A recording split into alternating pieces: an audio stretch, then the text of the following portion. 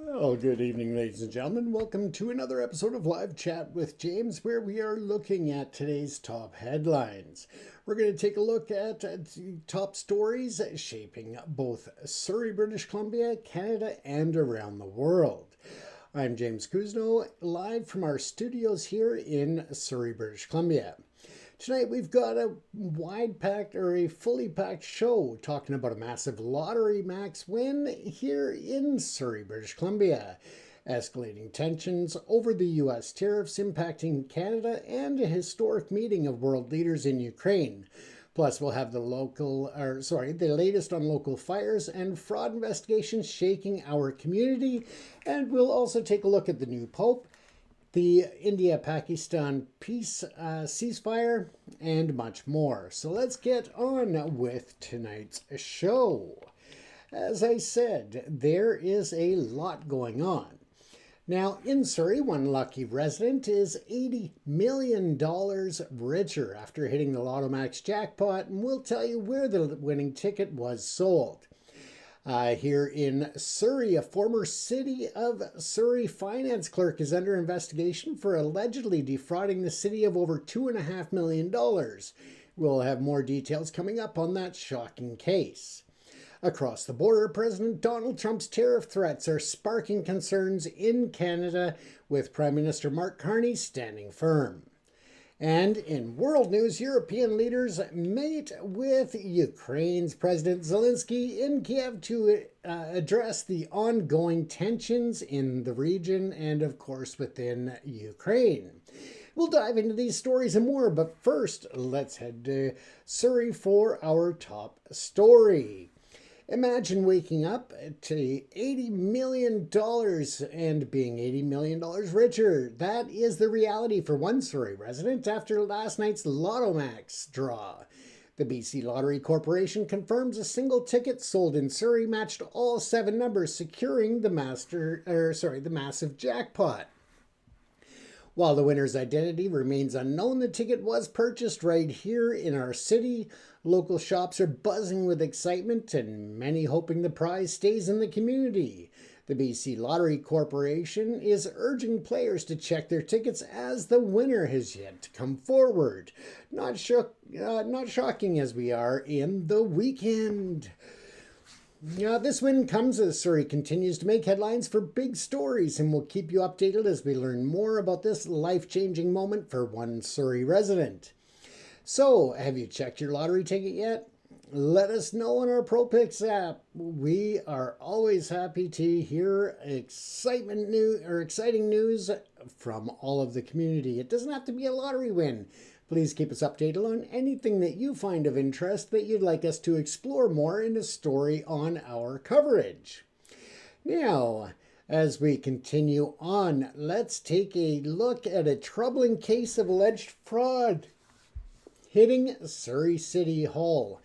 Now, this is a big story because it involves an investigation that's underway here in Surrey, where a former city finance clerk is suspected of defrauding the city of more than $2.5 million. Surrey Police and the RCMP's Financial Crimes Unit are digging into the allegations that the clerk issued hundreds of checks to accounts linked to herself and her boutique cake baking business. The city says the fraud was uncovered thanks to Mayor Brenda Locke's push for fiscal responsibility, though reports suggest it may have been caught by a chance mistake. Now, in a statement, the city emphasized that external forensic specialists are assisting, and the RCMP is launching a criminal investigation. That is in partnership with the Surrey Police Service. Residents are understandably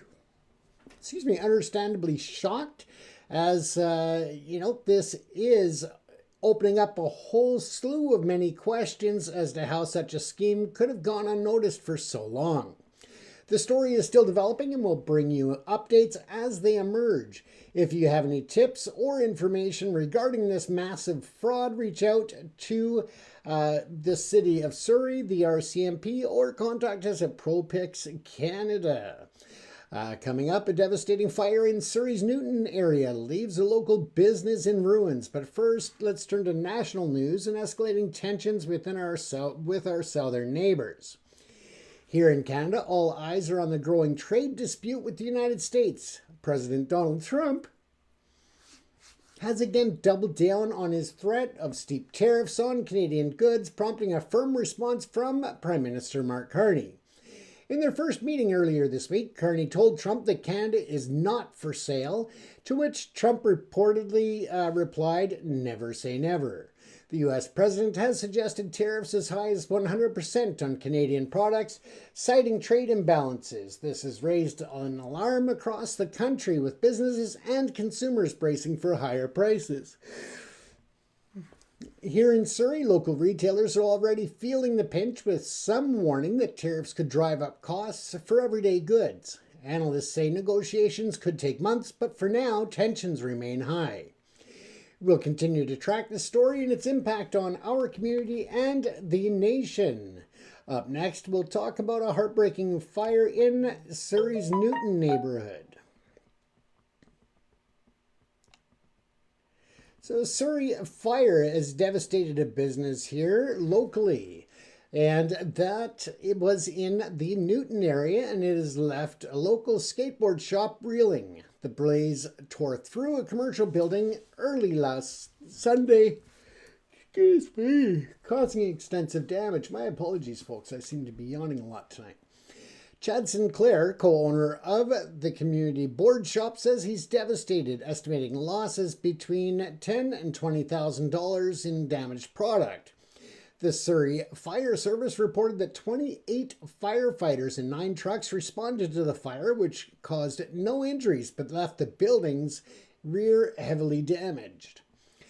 Despite the setbacks, Sinclair is determined to rebuild, saying he wants to keep supporting local kids through skateboarding. The cause of the fire is still under investigation. Our thoughts are with the community board shop team. If you'd like to help, check out the crowdfunding site that they have set up. You can Google search that. We'll also take a look at adding it to our website, where you'll be able to find it tomorrow. So again, check tomorrow on the propixcanada.com website. We'll have a link there to the fundraiser for the community board shop team. Again, that is a third-party fundraiser. We are not involved in any way of that, but we will definitely give you the link as to where it is. Let's take a look at the weather here in Surrey. Tonight it's expected to be partly cloudy skies with a low of 8 degrees. Tomorrow we're in for a mix of sun and clouds with a high of 16 degrees and a slight chance of showers in the afternoon. Don't forget that tomorrow is Mother's Day, so make sure that you make appropriate plans for the weather to take Mom out and enjoy the day. Temperatures will hover in the mid-teens, and it's perfect for getting out and enjoying the spring weather after you've taken Mom out for lunch. For the latest weather updates, don't forget that you can go to the Weather Channel and other apps that are available onto your cell phones.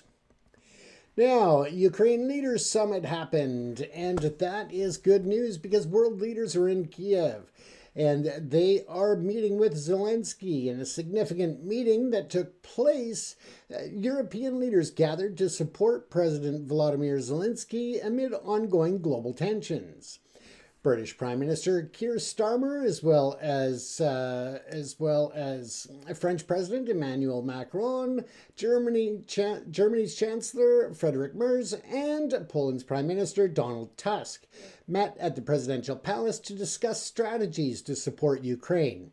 The meeting comes as the country continues to face challenges from Russia's aggression and global economic pressures.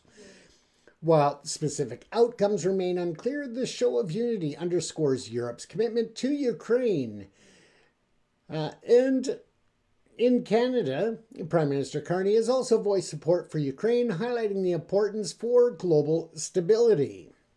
We'll keep you posted on any developments from Kiev as they progress over the next several days or come out in the news. But up next, another local story, and that is a house fire in Surrey that led to an arrest. Stay with us as we move forward. Okay, police in Surrey have made an arrest following a house fire in the local neighborhood earlier this week. The fire broke out Tuesday night at a fourplex, prompting a swift response from the from the Surrey Fire Service. A woman was arrested at the scene, though police have not released details about the charges or the fire's cause. No injuries were reported, but the incident has rattled local residents. Investigations are ongoing, and we will bring you more as we become abreast of any facts or updates. Still to come, climate change has hit home in BC, and that's legal challenges raising coffee prices, plus a heartwarming story of community resilience in Surrey. Don't go anywhere, we'll be right back. For those in the local Surrey area, one of our show sponsors is, of course, Carey Movers, the local owned and operated family moving company that's been operating in our community for several decades. You can find the amazing crew and rates, as well as request local or long distance estimates on your moves at www.karymovers.com. That's www.carrymovers.com, your local family-owned and operated moving service. They provide both local services by the hour and long-distance flat rate guaranteed rates for long-distance moves within Western Canada.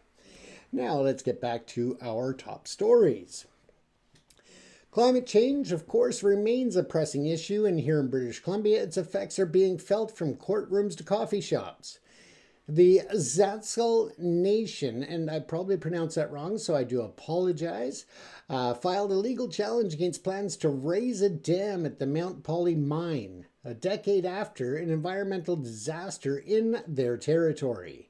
Meanwhile, a lawsuit by 7 young Ontarians is moving forward, pushing for stronger government action on climate change after the Supreme Court of Canada declined to hear an appeal.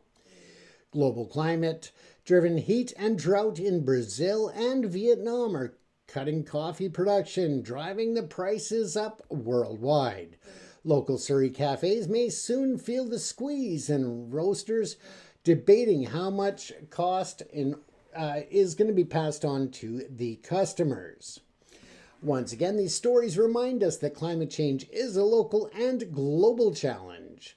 For more about how you can get involved, please feel free to do some exploring online and see what you can do around your home to increase your environmental impact in terms of reducing the global, whether it is emissions or anything else that you can do around your house or community to help reduce the impact on the environment. Now, finally, tonight, a story of resilience and unity in Surrey this week. A community came together for the 15th annual Red Dress Day, honoring missing and murdered Indigenous women and girls. Events across BC, including here in Surrey, saw Indigenous communities and allies march and hold ceremonies to raise awareness. Organizers say the day is a call to action, urging governments and communities to deal with the systemic issues. It's a powerful reminder of the strength in our community. If you missed the event, an exhibit at UBC Robson Square runs through May the 19th. You can check their website for details. And as we continue on, we are going to take a look at a couple of other top stories from around the world. Now, on May the 10th, 2025, India and Pakistan agreed to an immediate ceasefire following days of military escalation, including cross-border attacks. U.S. President Donald Trump claimed the ceasefire was U.S. mediated, but Indian officials, including the Ministry of Information and Broadcasting, stated that it was worked out directly between the two countries, downplaying U.S. involvement and essentially calling Donald Trump a liar. This suggests a controversy over the U.S. role in mediation. Additionally, while the U.S. announced plans for future peace talks at a neutral site, India says there is no decision for such talks beyond the ceasefire, adding complexity to the situation. Reports of violations shortly after the agreement indicate ongoing tensions, particularly over Kashmir. Once again, the India government has come out and identified Donald Trump as a liar, as he had nothing to do, apparently, with the ceasefire agreement between Pakistan and India. They also called him out for stating that the U.S. was working on the future talks between the two nations. And again, they said there are no talks scheduled at this time and no plans to schedule those talks, and that the U.S. is not involved in any way, shape, or form. So again, just exposing Donald Trump for what he is, and that we will leave there.